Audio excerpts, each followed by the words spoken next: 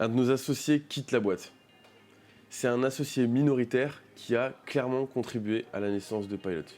Mais on avait prévu son départ, donc pas de mauvaise surprise. Avant de vous expliquer pourquoi il part, je vais vous expliquer comment on l'a rencontré, comment les discussions et négociations se sont passées avant qu'il nous rejoigne.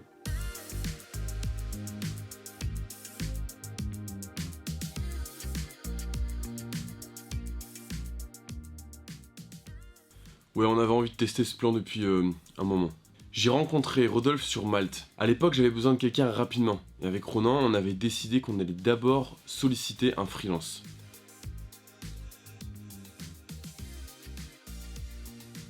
J'ai donc shooté mon brief à une dizaine de freelances. J'ai précisé qu'in fine, on cherchait un associé et qu'on voulait tester la collaboration à travers une mission. Et en réponse, j'ai reçu un devis de 5000 balles de la part de Rodolphe. Bon, il attend, hein. Il a raison. Mais du coup, moi, je lui ai proposé de découper le besoin et de lui payer une première journée de taf. Du coup, le devis il était plutôt autour de 500 €. Et à partir de là, ma strat, c'était donc de faire bosser Rodolphe, mais surtout de le faire kiffer. Il fallait qu'il voie qu'on était bon, qu'il y avait une bonne ambiance, mais surtout qu'il avait la liberté et l'opportunité d'y mettre sa patte. Bref, opération séduction qui a fonctionné. On a donc pu bosser avec Rodolphe pendant plusieurs jours, le tester et le mettre en situation. En vrai, ça nous a beaucoup aidé pour la suite. C'est con, mais quand tu commences à brainstormer, à faire des débats, à travailler avec quelqu'un, finalement, c'est là où tu peux te rendre compte s'il y a vraiment un fit et si ça peut fonctionner. Rodolphe, aujourd'hui, a 3,5% de Pilot. Et la discussion à ce sujet n'a pas été si simple.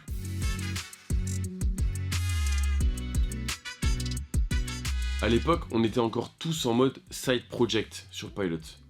On bossait un jour par semaine sur la boîte et le reste du temps, on faisait des missions en freelance. Initialement, on était sur une enveloppe de 10 à 12% pour le poste de Head of Product, poste sur lequel Rodolphe devait être. Mais le jour où j'ai annoncé à l'équipe qu'on allait rejoindre un incubateur et que le rythme allait changer, ça a fait réfléchir Rodolphe. Il est venu me voir pour me dire qu'il ne se voyait pas passer en full-time sur la boîte. Alors forcément, ça m'a forcé à revoir mes plans et donc ma proposition. Et c'est là où c'est devenu un peu plus compliqué. On a eu des va-et-vient, il a consulté lui de son côté, et on a fini par se taper dans la main à 3,5%. Bon, tout ça s'est fait intelligemment, mais c'est vrai que ces sujets peuvent amener des désaccords, et parfois même, souvent en France, de la gêne. Pourquoi je dis en France? Parce que en France, c'est connu, on a toujours un peu de mal à parler argent, et là, ici, indirectement, on parle d'argent. Alors que finalement, c'est des sujets qui sont méga importants, qu'il faut voir avant, et il ne doit pas y avoir de gêne à parler de ça. Moi, mon positionnement était clair. Si tu pars, je dois trouver quelqu'un d'autre. Et ces parts que tu me prends deviennent obsolètes. C'est ce qu'on appelle d'ailleurs des dead equity. On en parlera juste après dans la vidéo. On a fini par se mettre d'accord, mais il aura fallu plusieurs réunions à ce sujet et beaucoup de patience. Je savais que c'était la première fois que Rodolphe se trouvait dans cette situation. J'avais envie qu'il se sente écouté et j'avais pas envie qu'il se sente lésé à la fin de cette histoire. Bon alors maintenant, pourquoi il part? Je me voyais pas parler de Rodolphe sans le faire intervenir, alors mesdames et messieurs, Rodolphe Brugnoli. Bon, c'est quoi la première question du coup? La première question c'est pourquoi tu pars, espèce de connard là? Salut Rodolphe, ouais t'es bien. Salut. En fait je pars parce que ça n'a aucun sens, en fait je pense que tu le dis un peu plus tôt dans la vidéo, comment ça s'est passé, comment on s'est rencontrés. Je pense que j'avais déjà un doute sur le produit, à me dire est-ce que ça va être le produit sur lequel je vais vraiment m'amuser. Et je me suis quand même beaucoup amusé dès le début. C'est pour ça que je me suis dit bah let's go. Et je pense que ça fait la moitié de tout en fait. Est-ce que tu t'entends bien avec les personnes avec qui tu vas bosser? Est-ce que tu sens que ça va être fluide? Est-ce que le fait d'arriver le matin et de retrouver ces personnes-là, tu vas être content en fait, peu importe ce que tu vas faire. C'est trop important et ça fait une grande partie de pourquoi je suis venu en fait. T'as un petit peu switché quand je t'ai dit qu'on allait passer un peu full time et qu'on allait arriver un peu à l'incubateur, etc. J'ai senti qu'à ce moment-là, t'as pas pris peur, mais genre t'étais un peu en mode ok, enfin... T'as voulu me mettre la bague au doigt, j'ai eu peur. J'ai eu peur. Non, je pense que... Et d'ailleurs, on en avait parlé avec Ronan, nous, dans notre tête, pendant longtemps, ça allait certainement rester un side project dans lequel on allait pouvoir investir du temps, mais ça laissait plus de temps sur d'autres choses. C'est vrai qu'à un moment, c'est devenu un peu une évidence de dire, bon, bah, si on veut vraiment avancer, on est les premiers un peu à lancer ça sur le marché. Si on veut vraiment avancer et prendre de l'avance, faut s'y mettre full time. C'était un peu le moment charnière où effectivement je me suis dit est-ce que j'ai envie de faire ça full time, de dédier mon temps. Et je me suis vu, alors je sais pas si c'est le bon truc, mais je me suis vu à 50 ans à me dire qu'est-ce que j'ai fait dans ma vie. Et je me dis j'ai fait pilot, stylé, j'ai bossé avec des gens cool, mais je me dirais pas c'est le truc qui va me faire vibrer. Et je pense que c'était ça le truc précis, tu vois. Tout à l'heure, en rigolant, on parlait un peu de l'association, des parts, etc. Dans la vidéo, j'en parle. Je parle du pourcentage que tu as, 3,5, et que ça avait été un sujet. Je dis aussi que du coup, tu avais un peu consulté de ton côté, etc. Qu'est-ce que tu en retires de ça? Ce truc un peu de négocier un peu ce truc-là à l'entrée? Je pense que un de mes freins principaux par rapport à ça au début, c'était que je ne savais pas comment je me positionnais par rapport à la boîte. Est-ce que je voulais m'investir sur le long terme ou pas? Est-ce que ça allait être Et je ne savais pas comment la boîte se positionnait. Est-ce que ça allait être un side project ou pas, ou full time? Et donc j'avais du mal à venir te voir de manière très claire en disant je veux tant ou discutons des parts parce que je sais ce que je veux exactement. Parce que toi-même tu savais pas forcément. Exactement, ouais. Mais c'est un peu comme dans les couples. Je sais pas pourquoi quand on parle de sujet d'associés, je fais sur la table, c'est moins visible.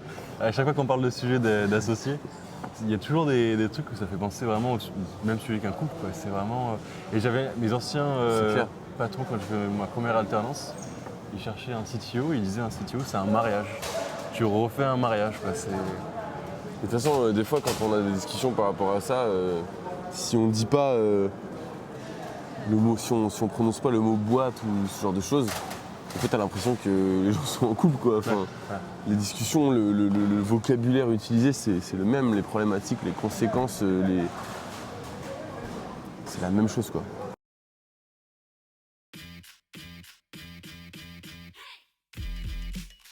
Moi perso, je trouve que cette situation soulève certaines questions. Est-ce qu'un associé est remplaçable? Tout associé est remplaçable. Alors bien sûr, certains associés feront plus de mal à la boîte que d'autres. Ici, Rodolphe a fait une très grosse partie du boulot. Il a mis en place le design system et a permis à la boîte d'être complètement autonome sur tous les sujets design. Pour faire court, tous les éléments graphiques de Pilot sont déjà designés. Il ne reste plus qu'à piocher dans le design system pour faire de nouvelles fonctionnalités. Donc en gros, la base est faite. Rodolphe a fait ce travail avant de partir. Donc même si son départ peut nous enlever, supprimer un certain confort, ça va pas déstabiliser la boîte.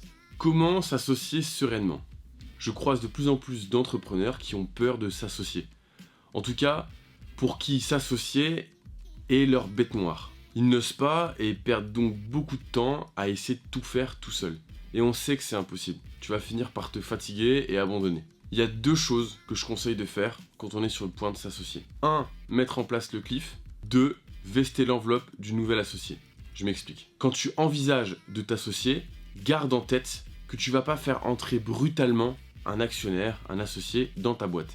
Il y a des mécanismes qui te permettent de le faire entrer graduellement en fonction de sa fidélité et de son application. Le cliff, ça oblige l'associé entrant à rester un certain temps dans la boîte avant de toucher la moindre part. La durée, c'est généralement 1 an. Exit, du coup, le scénario où l'actionnaire se barre au bout d'1 mois. Ensuite, tu peux vester ses parts, ça s'appelle le vesting. Le vesting, c'est une clause que tu mets dans ton pacte d'associé. D'ailleurs, on en a fait une vidéo si tu veux en savoir plus. Imaginons maintenant que tu lâches donc 20% à un associé. Ces 20%, tu vas pouvoir les découper en plusieurs paliers que cet associé pourra débloquer dans le temps. Par exemple, l'associé entrant commencera à 5% et aura 3 ans pour débloquer les 15 derniers pourcents. À la fin de chaque année, il débloquera 5% supplémentaires de son enveloppe. En fait, ce mécanisme, ça permet aux associés de se rassurer mutuellement, mais aussi de sécuriser le projet en évitant qu'il y ait des dead equity. Des dead equity, c'est des actions qui sont détenues par des associés qui sont inactifs dans la boîte. Et ça, faut faire super attention. D'ailleurs, si tu veux faire une levée de fonds, ça peut être compliqué parce que les investisseurs voient ça d'un mauvais œil. D'ailleurs, pour nous, ça aurait pu être un problème si on avait laissé Rodolphe partir avec une trop grosse enveloppe. C'est sûr que les investisseurs nous l'auraient fait remarquer et peut-être que certains fonds ou certains invests n'y seraient pas allés. Quel process de sélection quand on cherche un associé? L'associé qui veut rejoindre ta boîte va se poser 1 milliard de questions. Et du coup, l'idée, c'est de pouvoir y répondre le plus vite possible. Voilà ce que moi je fais en général et dans l'ordre. Attention, c'est pas forcément parfait. Alors en 1, je fais un call. En 2, j'envoie de la documentation, tout ce qui va lui permettre d'en savoir un petit peu plus et de se projeter. En 3, je lui propose une rencontre en physique avec l'équipe. C'est méga important qu'assez rapidement, la personne ressente un peu l'énergie et rencontre un peu l'équipe. C'est vraiment comme ça qu'il va pouvoir se projeter. 4, réunion de travail sur un cas préalablement proposé à la personne. En fait, là, c'est vraiment important que la personne, on la mette en situation. C'est quelqu'un qui va venir dans ta boîte, qui va leader certains sujets, tu vas lui donner la responsabilité de plein de choses au sein de ta boîte. Il faut le tester, il faut voir s'il est capable de produire, et puis s'il est motivé aussi. La personne, si elle n'a pas envie de faire un cas, ou si elle n'a pas envie de bosser avant, c'est peut-être que c'est pas la bonne personne, ou qu'elle n'est pas vraiment motivée pour rejoindre ta boîte. 5. Envoi par mail d'un premier package. Donc un package, ça va être sur tout ce qui est argent, part, timing, clause, pacte, etc. Et 6, un café pour discuter et se taper dans la main. Voilà, c'est ma façon d'opérer. Bon voilà, l'épisode 17 est bouclé. Un dernier épisode qui caractérise bien la vie d'un entrepreneur et d'une start-up. Entre l'association, les parts, le recrutement et les clauses d'impact. C'est des sujets qu'il faut savoir gérer si on veut que sa boîte naisse sous son meilleur jour. Bon là voilà, vous avez un aperçu de la façon dont on aborde les choses ici. Comme je l'ai dit, tout n'est pas parfait, à vous d'en tirer le meilleur. Évidemment, on va avoir besoin de ressources en design.